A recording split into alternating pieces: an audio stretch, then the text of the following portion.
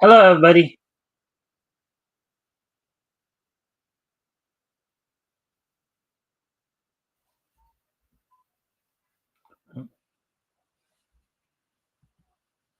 Hello, everybody.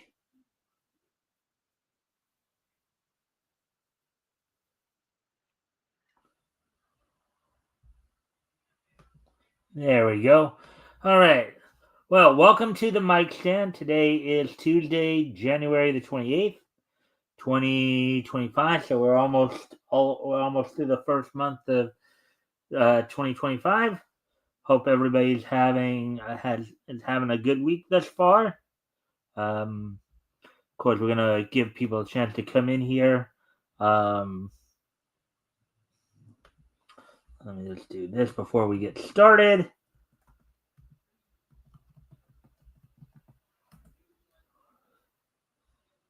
Uh,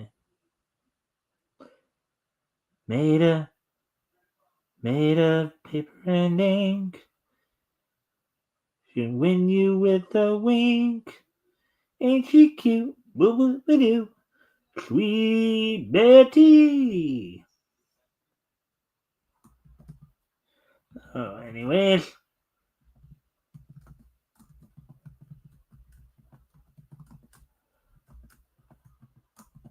Yeah, so if you haven't already, of course, you guys can help out by liking and sharing the stream. See if we can get some more friendly people in here to engage. That'd be appreciated. Also, if anything here grabs your attention, feel free to comment and or ask questions, and I'll try to answer the questions to the best of my ability. And we, of course, are just waiting for more people to show up. Let's see if I can put a few more feelers out there to see if um,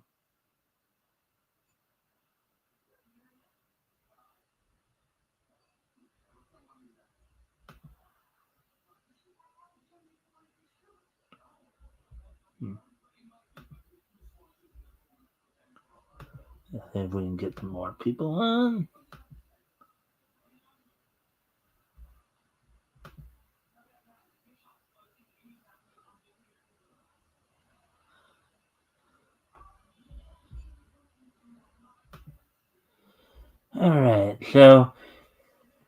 All right. So anyway, looks like we're coming up on the 3 minute mark now. So I guess I'll go ahead and talk about what's on tap for tonight. So we got a couple. Well, we got a couple of features we're going to go over tonight. One story, of course, from Me TV Tunes, looking back on, I guess, a possible alternate route that Joe Barbera of the famous Hanna Barbera, pet partnership. Um, could have taken. There was a time when he was actually considering becoming a boxer as opposed to a cartoonist. So we'll look back on that. Plus, we'll also look back on one of Hanna Barbera's creations, of course, Yogi Bear. We'll look a little bit at him and his history. Um, with and then of course we'll have as time goes on, we'll have the wrestling wrap up as well as this day in each history. So with that being said, why don't we go ahead and get started then? Let's get to that article on Joe Barbera.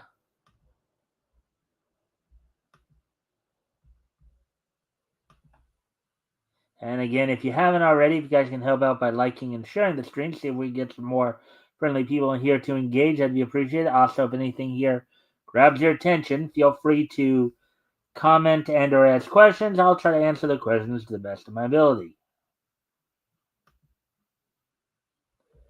Let's get into this then. Joe Barbera almost became a boxer instead of a cartoonist. Could you imagine cartoons without Joe Barbera? Article published earlier today, 2:08 p.m. by Me TV Tune staff. So of course on the right there you got a scene from Yogi Bear, and on the left there you got Joe Barbera with in the background a couple of what looks like life size um, plushies of Fred Flintstone and Yogi Bear. So let's go ahead and get into this. Let's see. Feel free to comment and or ask questions if anything grabs your attention. Joe Barbera, one half of the creative team behind the many wonderful cartoons of Hanna-Barbera, always had a talent for drawing.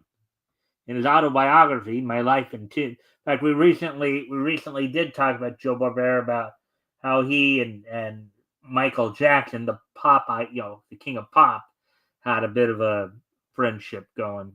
Um, Anyways, um, My Life in Tunes, he reminisced about discovering his artistic skills as a child, and how the nuns at his elementary school took him out of class to have him draw biblical murals all over the school. All right, so that's something to be said.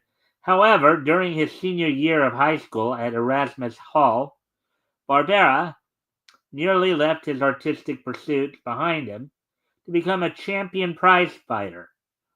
Um, his interest was sparked from hearing boxing matches on the radio, and when his school started a boxing club, he eagerly enrolled. He won 6 fights and suddenly found himself competing for Erasmus Hall's lightweight championship. Hmm. According to Barbera, his classmate Toomey was his adversary, and he said, quote, "Now Toomey was good, very good, and he knew it, and he liked it. He brought his entire family with him to the fight to witness my destruction." Oh boy, that's kind of funny, isn't it? You bring your whole family to watch you beat up another guy. Yeah, that that's lovely, isn't it, folks? Uh, Anyways, um, as scary as this was, Barbera continued training, preparing, and studying boxing films of his favorite boxer, Al Singer. The stakes were high, but Barbera won. He said of the match, quote, before the eyes of his entire family, I beat him, and I won a silver medal for it, unquote. So the dude brings his family to watch him beat up the other guy, and it turns out the other guy beats him up in front of his family. That's gotta sting. That's gotta really sting. You bring your family out to witness the downfall and embarrassment of your opponent, only for you yourself to get beat up and embarrassed. Uh, Barbera was declared the lightweight champion, but that wasn't the greatest victory. The manager of his boxing idol, Al Singer, was in the audience. At the time, Barbera reports Al Singer was making $125,000 a year, which is a lot of money now and even more money in 1927. Um, Al Singer's manager wanted to manage Barbera too, and gave him a training plan. When Barbera arrived at the boxing gym, he was overwhelmed. Quote, at 16, I found myself inhaling the sharp air of the most famous training gym in the world of professional boxing. In parentheses, and there was Al Singer, unquote. The lightweight champion of the world, Barbera's idol, was right there. The experience of seeing his idol felt like an out-of-body moment for Barbera, who then looked from Singer to what he describes as, quote, a clutch of elegantly attired men wearing blue shirts that harmonized with the blue jowls, men with big cigars and pinky rings. They were the managers, unquote. Hmm. Quite a description there.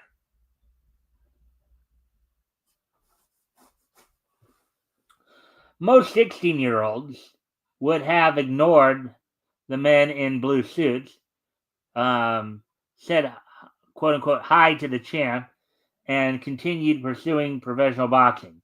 But not Barbera, who saw the managers and realized that he would make more money as a manager than as a boxer.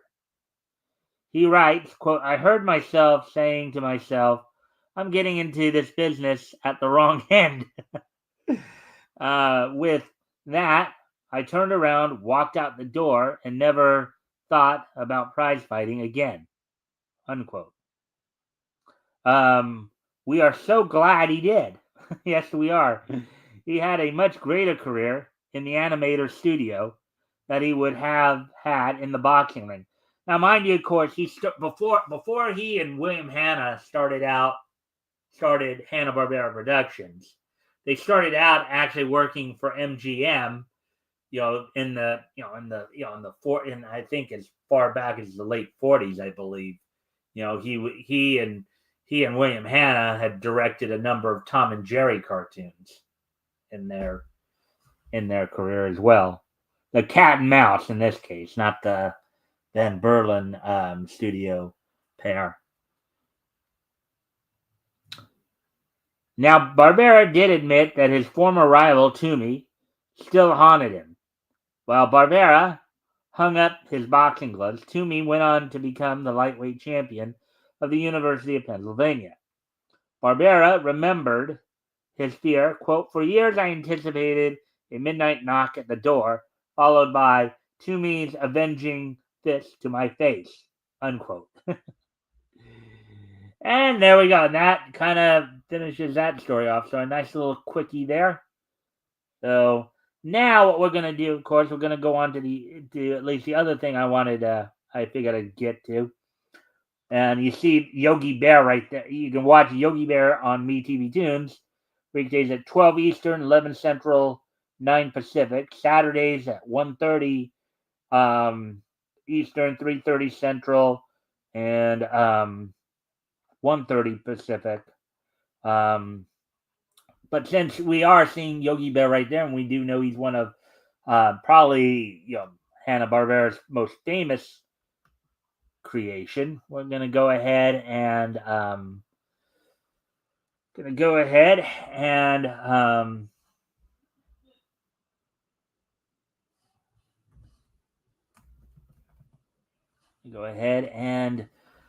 go back over his history a little bit here. Introduce everybody, remind everybody of the great Yogi Bear. Many of us, I'm sure, grew up watching him.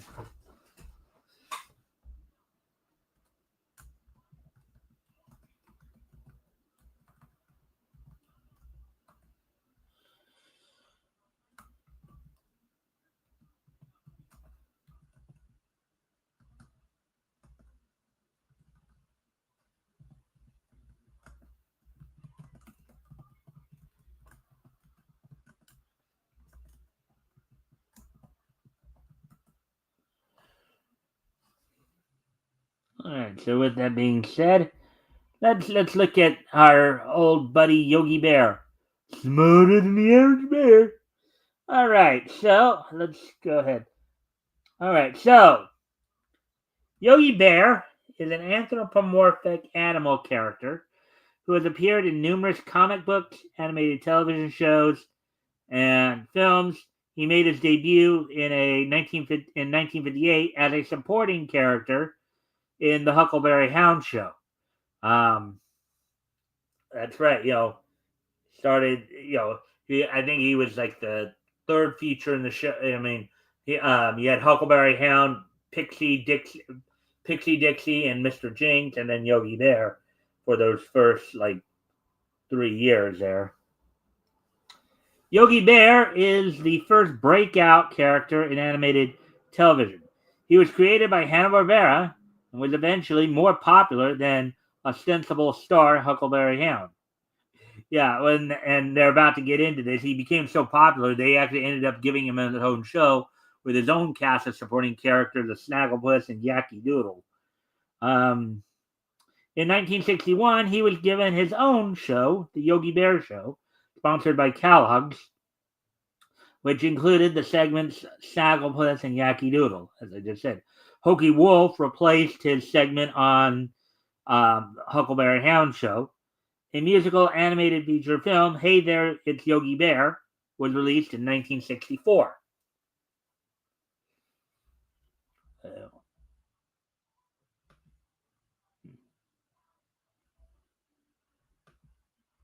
Let's see. Yogi was one of several Hanna-Barbera characters to have a collar. This allowed animators to keep his body relatively static, redrawing only his head in each frame when he spoke. One of the ways Hanna-Barbera cut costs, reducing the number of drawings needed for a 7-minute cartoon from around 14,000 to around 2,000.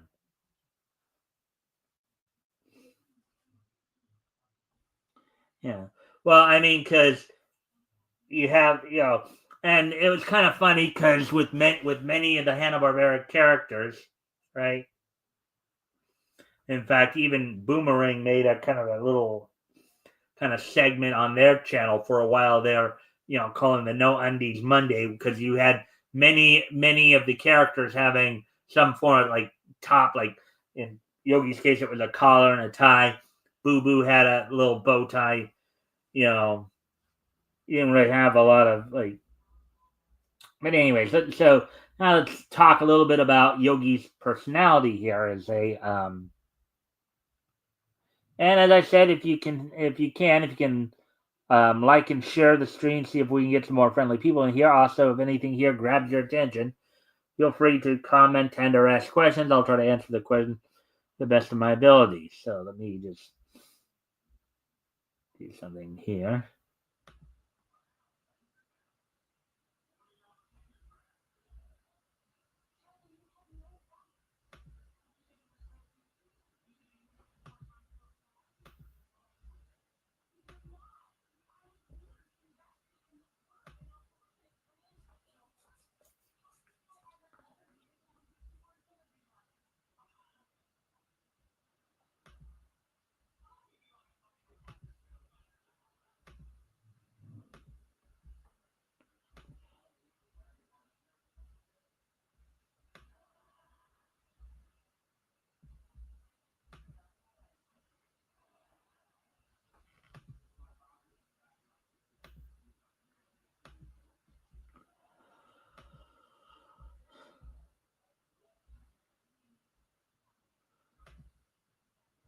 All right. So as we now get back to the article here we're going over. So Yogi's personality.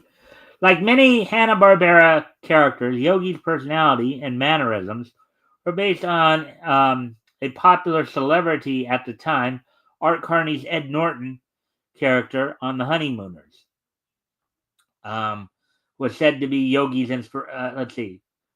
popularity of the time. Art Carney's Ed Norton character on The Honeymooners was said to be Yogi's inspiration.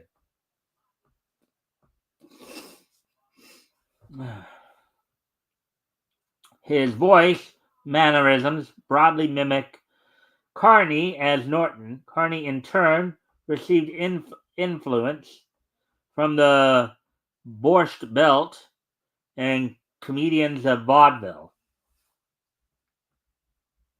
Yogi's name was similar to that of contemporary baseball star Yogi Berra, who had interesting catchphrases in his own right, who was known for his amusing quotes, such as, "Half the lies they tell about me aren't true."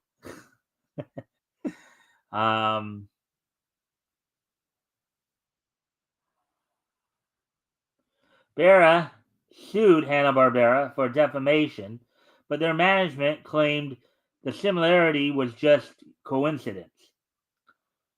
Berra withdrew his suit, but the defense was considered implausible. At the time Yogi Bear first hit TV screens, Yogi Berra was a household name. Journalist Walter Brash once wrote that, quote, whether coincidence or not, it is difficult to find anyone else in the, in brackets, animation industry who believes it, unquote. Berra himself said, quote, I was going to sue the Yogi Bear program for using my name until somebody reminded me that Yogi isn't my real name, it's Lawrence, unquote. Wow, that's kind of interesting. Since, yeah, and if he never actually, unless he ended up, trademarking the Yogi name, which I don't think he could have, because Yogi's also the term for, I think, like in Hindu mysticism, I think a yogi is like a wise man or something like that. So I don't even know if he would. I don't really know if he would have had much of a case, anyways. The plot of most of Yogi's cartoons centered on his antics in the fictional Jellystone Park, a variation on the real Yellowstone Park. Yogi, accompanied by his constant companion Boo Boo Bear, of course. We'll get into voiced by Don Messick for many years. Of course, Yogi was voiced for a good chunk of years by Dawes Butler. Would often try to steal picnic baskets from campers in the park, much to the displeasure of Park Ranger Smith. Of course, Ranger Smith also voiced as well by Don Messick. Yogi's girlfriend, Cindy Bear, who was voiced for most of the years by Janet Waldo, the late great Janet Waldo, sometimes appeared and usually disapproved of Yogi's antics. Catchphrases, which is, of course, some of the things that we get to know about Yogi quite a bit.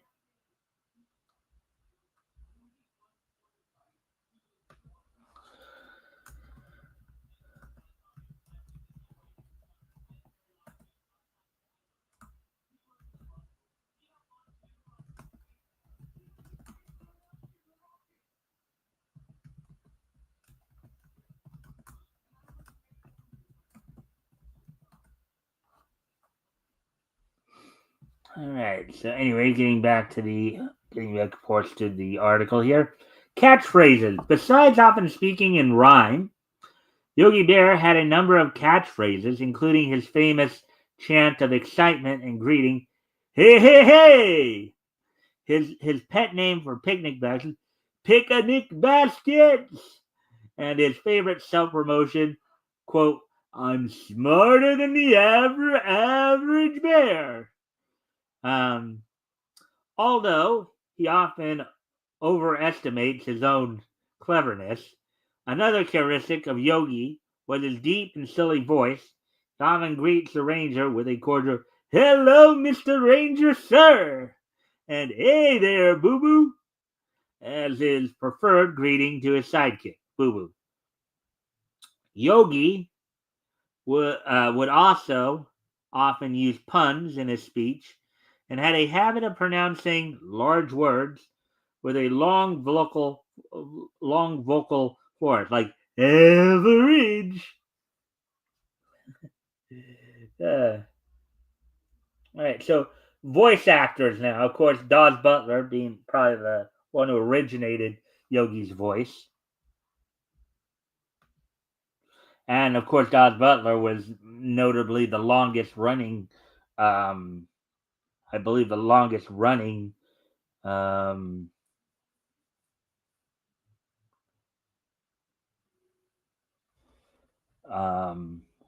probably the longest running voice of Yogi Bear from. So here we go. So from the time of the character's debut until 1988, Yogi was, which of course would have been like 30 years right there. Yogi was voiced by voice actor Dawes Butler. Butler died in 1988. His last performance as Yogi was in the television film Yogi and the Invasion of the Space Bears. In 1983, a Yogi Bear balloon made its first appearance in the Macy's Thanksgiving Day Parade. becoming the final balloon that year. That same year, he appeared on a float named A Hanna-Barbera Christmas alongside many other Hanna-Barbera characters as they cleaned up the streets of Broadway. The performance was bookended with animated segments of Yogi and Boo Boo, voiced by Mel Blanc and Butler, respectively. So Butler is Yogi and Mel Blanc in this case is Boo Boo.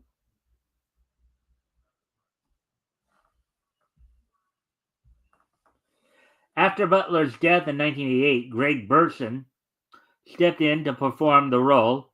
Butler had taught Burson personally how to voice Yogi, as well as his other characters.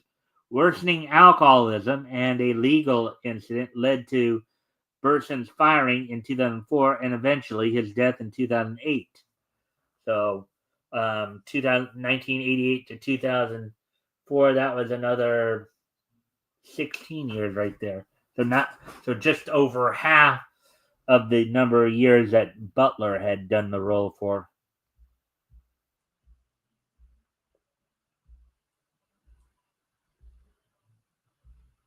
Let's see now.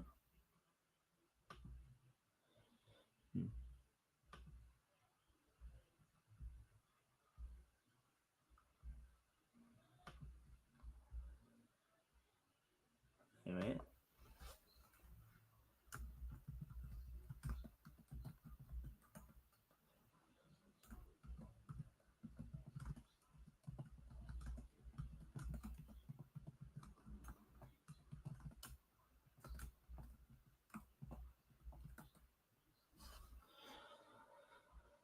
All right. So, anyways, we continue on here.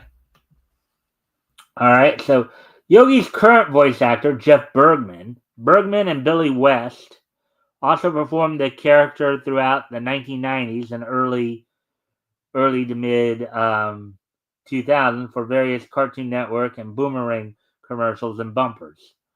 Jeff Bergman also was one of the guys who took over the voice of Bugs Bunny for a while there too, around the same time. Australian voice actor, animation historian, and impressionist Keith Scott provided Yogi's voice in a Paul's commercial and the live show Hanna-Barbera Gala Celebrity Night at the Wonderland Sydney Amusement Park in Australia, where Yogi and other Hanna-Barbera characters, including Huckleberry Hound, Scooby-Doo, George Jetson, Fred Flintstone, Barney Rubble, Wilma Flintstone, and Betty Rubble, made guest appearances.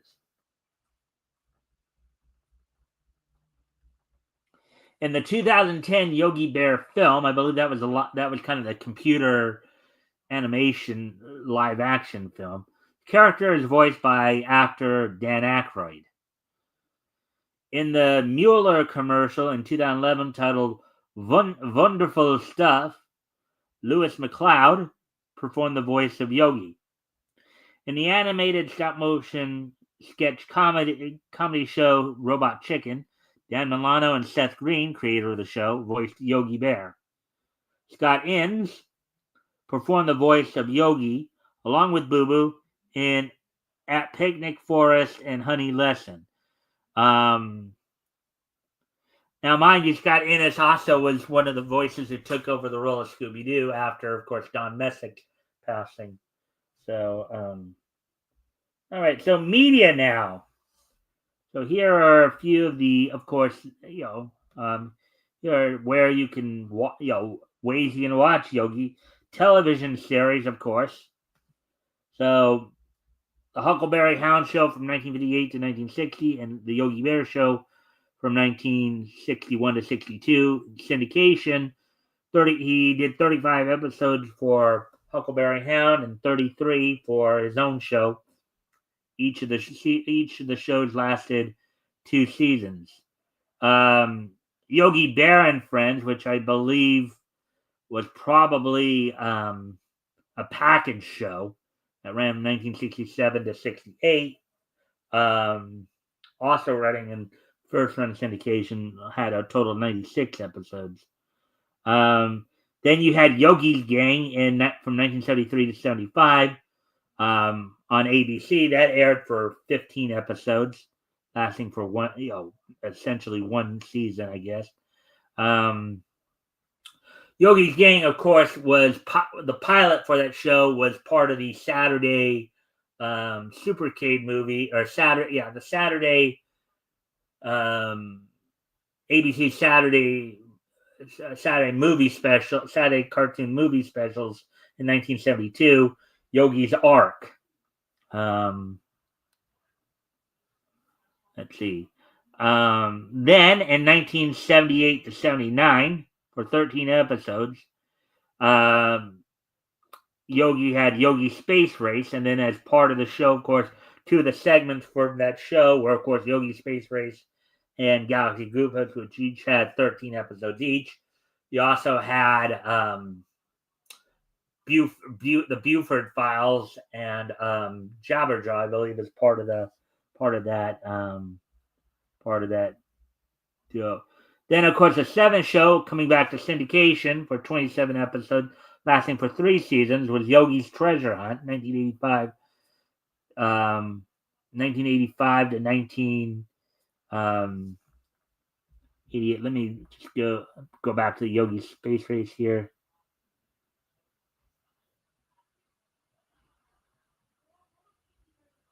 Oh yeah. So. Oh yeah.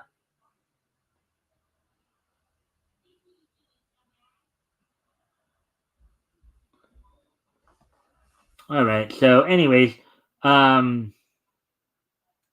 so in Yogi Space Race and Yogi Galaxy, so in Yogi Space Race, Yogi Bear was paired up with Scare Bear, who was voiced by Joe Besser, who also did Babu and Genie, Genie and Hanna-Barbera cartoon. Obviously, Huckleberry Hound, and who was paired with Quack Up the Duck. And then all 4 of them were brought together for Galaxy during the Galaxy Goofs when they were in bumbling intergalactic police. Yogi's Treasure Hunt was a show in which brought all the characters back together. Again, going aboard a ship, this time looking for treasures being given to them by their chief, Top Cat. Then in 1988 to 1989, in syndication, for 45 shows, in which it was a half-hour weekday animated series aired in first run syndication. The new Yogi Bear show, which I believe it had 45 episodes. I think it had a mix of segments of the classic Yogi Bear stuff and from the 60s, and then also with newer stuff added in there, I believe.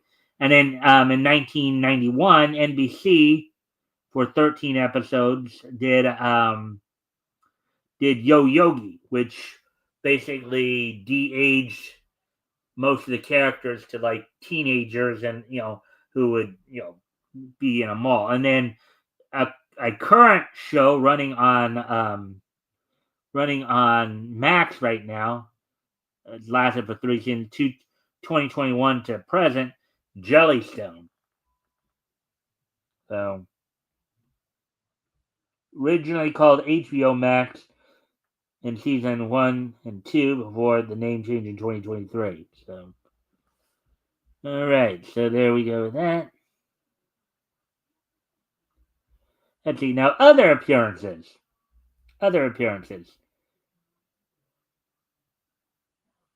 So, Top Cat, 1961. Yogi, along with Huck, appear in front pages of comic books in King for a Day. The Flintstones in 1963, Yogi and Boo Boo steal Fred and Wilma's picnic basket in The Swedish Visitors. So they actually made an appearance in the new Scooby-Doo movies. Get cameo on the giant balloon in the Cape Crusader Caper, 1972. Of course, that was around the same time that, of course, Batman and Robin were also doing, it was like the year before Super Friends had actually debuted, on Batman and Robin. 1977-78 Laugh Olympics. This show had Yogi Bear as captain of the Yogi Yahooies. team with Boo Boo and City Bear as part of the team. The Laugh Olympics were comprised of 3 teams of Hanna-Barbera characters, the Yogi Yahooies, which had Yogi and his group of friends.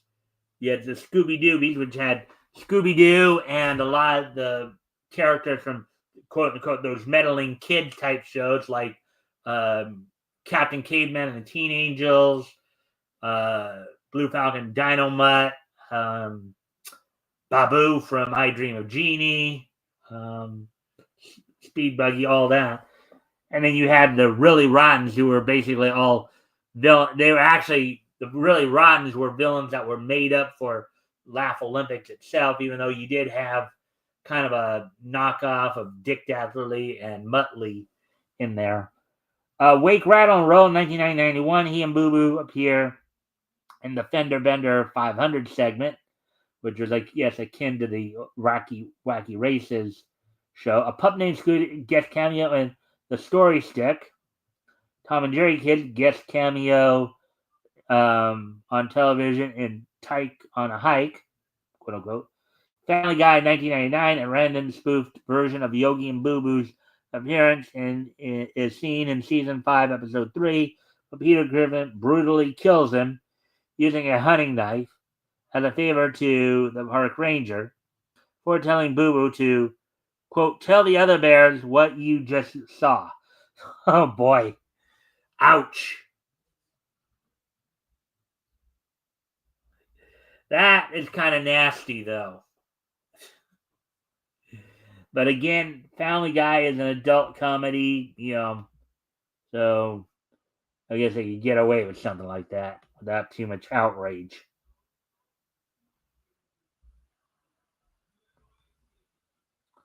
Let's see now. The Grim Adventures of Billy and Mandy from 2008, Yogi and Boo Boo have guest appearance in season 2, episode 7, and also they made brief cameos in season 4, episode 3. Scooby Doo Mystery Inc., Mystery Incorporated, a crazed feral bear resembling Yogi Bear, appears near the end of Howl of the Fright Hound. Appearing in the form of short cameos in Space Jam: A New Legacy, Yogi and Boo Boo can be seen with the other Warner Brothers owned characters beside them watching the basketball game between the Toon Squad and the Goon Squad. Yogi appears with Boo Boo in the Robot Chicken episode Ban on the Fun, quote unquote, voiced by Dan Milano in a segment that parodies Laugh Olympics in the style of the Munich Massacre. Oh, God. Really Rottens shoot the Yogi Yahooies to death as retribution to losing to them so many times. Yogi later appeared in a movie trailer segment that parodies the Rambo franchise from the episode President Evil, voiced by Milano again. He was later featured in the sketch Power Forest Rangers, quote unquote, of the show's 100th episode Fight Club Paradise, voiced by series creator Seth Green. On February 27, 2018, Yogi appeared in an ad for Rocket Mortgage along with Boo Boo and Ranger Smith. Yogi and Boo Boo, along with other Hanna-Barbera and Looney Tunes characters, make cameo appearances in Suffragette City song, the Suffragette City song, on the Animaniacs revival. They were previously parodied in the original show as Calhoun, Capybara, and Lulu, as the Warner siblings were loaned out to appear in their cartoon. On May 10th, 2021, Yogi and Boo Boo appeared in a commercial advertisement for Geico rating Family Cookout in quote-unquote Bear Country.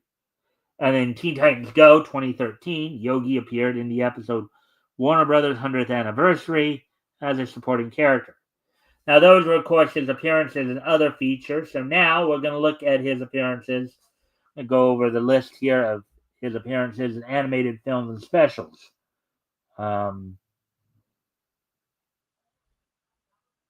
So here are some of the animated films and specials that he was involved in. Of course, the previously mentioned Hey There, It's Yogi Bear, 1964 animated feature, released by Warner Brothers Pictures and Columbia Pictures. Yogi's Ark Lark, what I mentioned earlier, a 1972 made-for-TV movie for the ABC Saturday Superstar movie. Now, this is the movie that eventually led to Yogi's Game. Hanna-Barbera's all-star comedy Ice Review, a 1978 TV special honoring Fred Flintstone on his 48th birthday.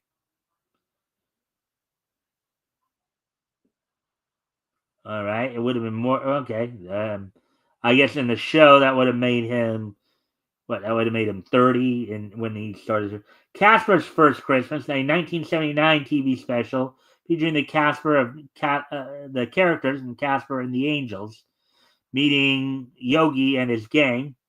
Yeah, that's a cute one and it's kind of funny because at least I'll talk about that in a moment here. Of course, then we get into, of course, as I've always said, one of my all-time favorite Christmas specials, Yogi's First Christmas, a 1980 made-for-TV movie for syndication. Now, here's kind of the interesting thing about Yogi and the Casper movies. Even though the Yogi movie came out after the Casper movie, the way they seem to play off of each other, you would think that in terms of in canon, right? The event of Casper's First Christmas actually happened after Yogi's First Christmas, because Yogi's First Christmas, for those who've watched the movie, know that as indicated, that was actually his first year where he actually. So you would think that the events of Casper's First Christmas actually happened in canon after Yogi's First Christmas. Yogi's All-Star a Comedy Christmas Caper, a 1982 TV special starring Yogi and his friends. Yogi's Great Escape, a 1987 made-for-TV movie for syndication. And in the 80s there, they really did have a number of syndicated Yogi movies that were actually pretty good here. Yogi Bear and the Magical Flight of Spruce Goose, another 1987 made-for-TV movie for syndication. Yogi and the Invasion of the Space Bears, a 1988 made-for-TV. Of course, the movie where that was said to be the Invasion of the Space Bears was Daws Butler's last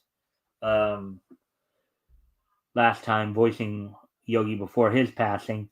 The Good, the Bad, and the Huckleberry Hound, a 1988 made-for-TV movie for syndication, in which, of course, Huckleberry Hound was the sheriff of a ghost town. Hanna-Barbera's 50th, A Yabba Dabba Doo Celebration, a 1989 musical TV film. Yogi the Easter Bear, a 1994 TV special for first-run syndication. Again, by this point, of course, Greg Burson was doing the voice of Yogi Bear. Arabian Nights, a 1994 TV special for TBS, the Aladdin segment. Scooby-Doo, Mask of the Blue Falcon, a 2013 direct DVD cameo as a picture, and then Space Jam: A New Legacy in 2021, a feature released by Warner Brothers, in which he made a cameo. And then, of course, he had a few educational film appearances, as well as video games, albums. Everybody, I mean, we all know that Yogi was probably one of the most popular. And as we've talked about before, like many characters from television and shorts and animated shorts, Dell Comics and later Gold Key would start publishing publishing comics. Dell started of course prior to 1962, and then Gold Key would take over in 1962. Then Charlton, Marvel, Harvey, Archie, even DC later on would do. All right. So that's all we got for the for that. So now we're gonna go on to the wrestling wrap up, as it were. But first off, go back to last night and look back at last night's Monday Night Raw. Talking about, as that was, of course, the go home Raw before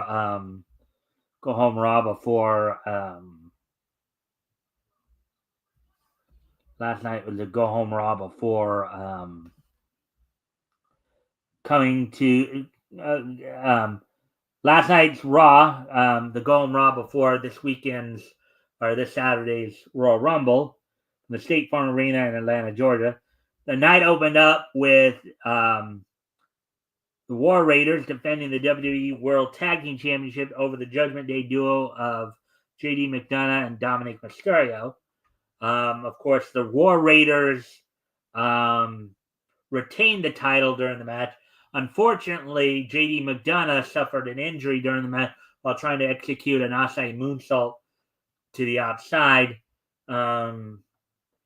He suffered some broken ribs and I think a ruptured spleen, I believe. So, but he said he's going to be out for. They said that he's going to be out for a couple of months here because of that.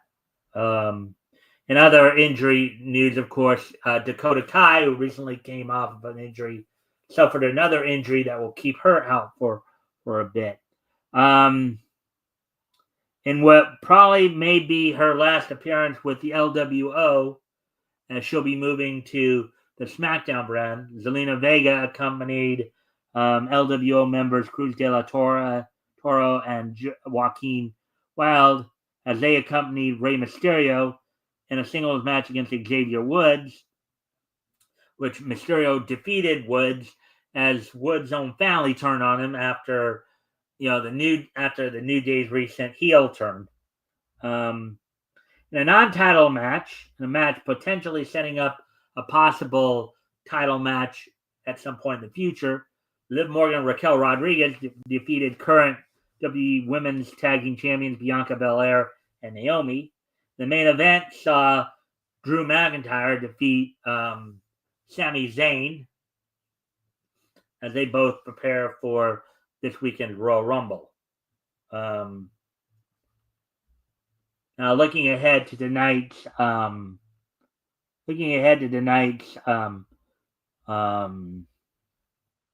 NXT, and also another bit of news. It's now been made official, of course, that Jordynne Grace has officially signed with the WWE. So, former TNA star, 3-time Knockouts World Champion Jordynne Grace has officially signed with the WWE. So, we'll be seeing her debut on TV soon, I would imagine. Many of you are saying that she might end up debuting at the Royal Rumble. So that's possible. But on tonight's edition of NXT on the CW, the show will open up with Ethan Page taking on Cedric Alexander. Cedric Alexander looks to get some revenge from the last time the two faced each other, in which Ethan Page broke Cedric Allen's hand.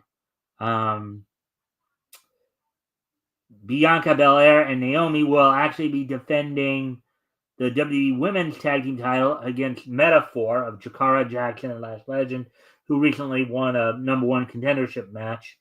Finally getting there. Bayley teams with NXT Women's Champion Julia to take on Cora Jade and former NXT Women's Champion Roxanne Perez. Wesley takes on Trick Williams.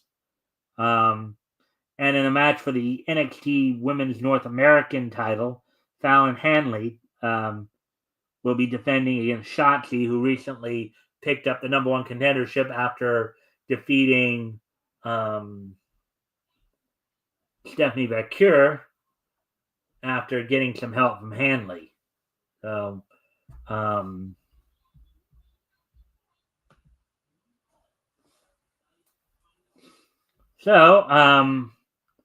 and now looking ahead to tomorrow night's AEW Dynamite a bit, and we'll talk more about it tomorrow night as well, just so we get the AEW news in there.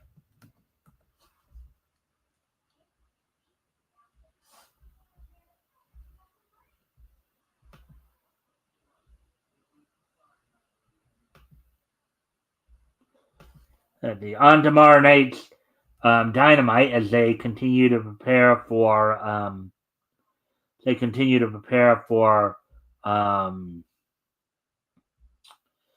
as they continue to prepare for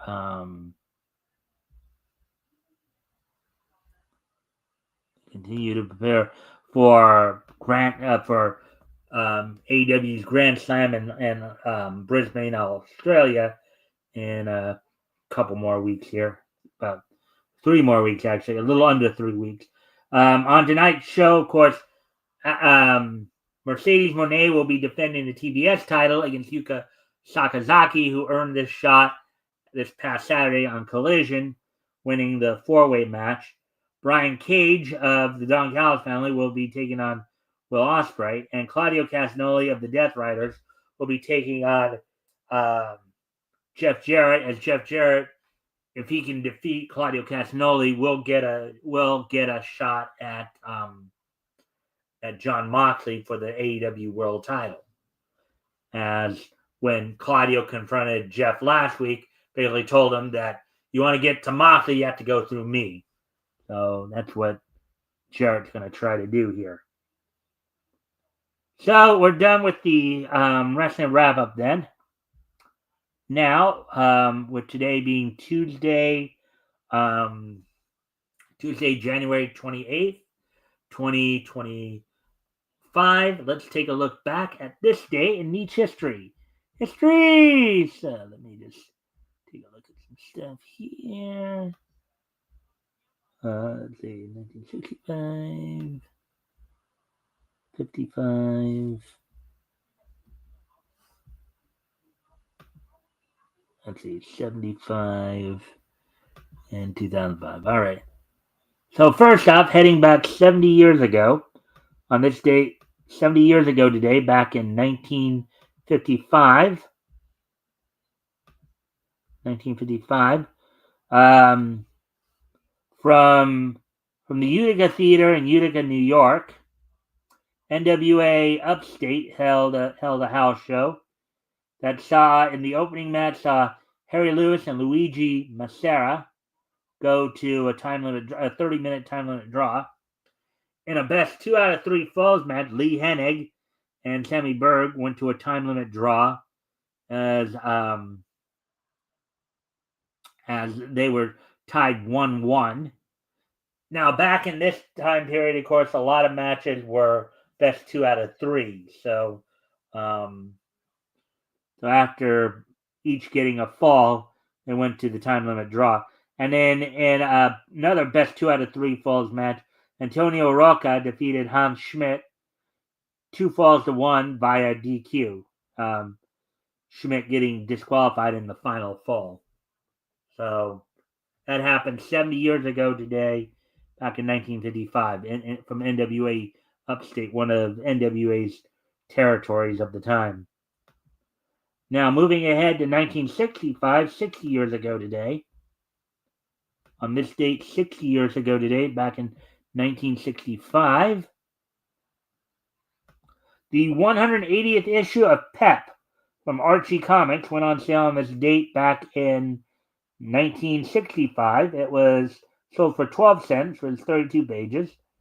Had 2 Archie features, including Speed Demon and X Marks the Spot, a Little Jinx feature, Do It Yourself, and Betty Veronica feature, Let's Face It. So on this date, back in 1965, the 180th issue of Pep Comics went on sale on this date back in 1965.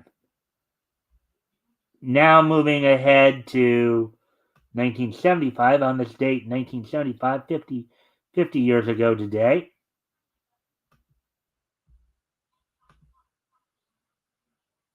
On this date, 50 years ago today.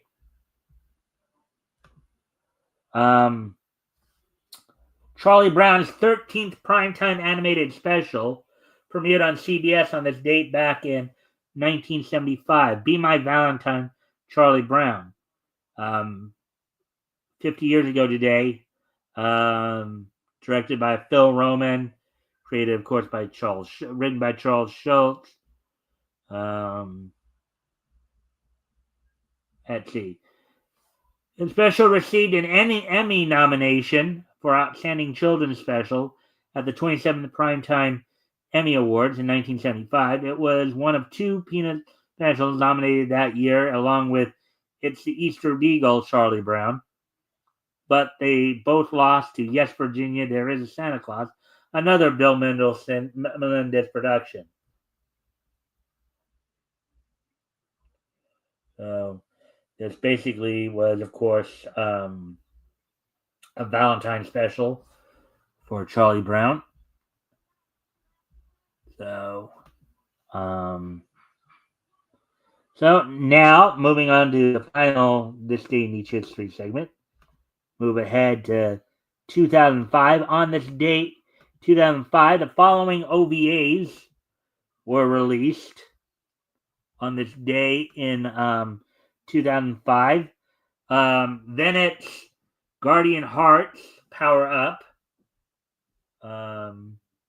Group Tack and Studio Live's Grenadier, The Beautiful Warrior specials, and Sunrise's My Hime specials were all released on this date back in 2005. So 20 years ago today, Guardian Hearts Power Up from Vanette, which was the OVA, and then the specials, Grenadier, The Beautiful Warrior specials, and Sunrise's My Hime specials were all released on this date back in 2005, 20 years ago today. So with that, I do thank everybody for being here today. I hope everybody enjoyed the show. Of course, we'll be back here with more niche news tomorrow. Also, don't forget this Sunday, I'll have RJ Carter joining me from Critical Blast, as we'll be looking back at comics that went on sale in April 1940. This coming Sunday, we'll be looking at Prize Comics Volume 1, Issue 4. Among the features we'll be looking at include Power Nelson. Again, taking a look at what people in 1940 thought of what 1980 would look like. Or the 1980s would look like. Jupiter, the Master Magician, Black Al, and Storm Curtis. So those are the features we'll probably be going over on Sunday, along with RJ, of course. And of course, we'll be back here every Monday through Friday as well at 5 Pacific, 8 Eastern, in which we cover the niche news. We go back and go over articles. As you guys know, we've been kind of tracking the Neil Gaiman story, seeing how that's evolved. But also when there's not much news on, we'll do stuff like I did tonight, which we'll do feature articles where we'll talk about a cartoon character, maybe a voice actor or animator. Tonight we covered Joe Barbera, one of his creations. So always a good thing to try to come check out. Come check out the show, because you never know what we'll be talking about. But it's always in the realm of what is traditionally considered niche. Cartoons, comics, manga, anime, pro wrestling, all that good stuff. All that good stuff that we all grew up on and to some extent probably still enjoy to this day. So with that, I do thank everybody for being here, and I hope everybody enjoyed the show. And I hope to see everybody back here tomorrow. Bye. Bye.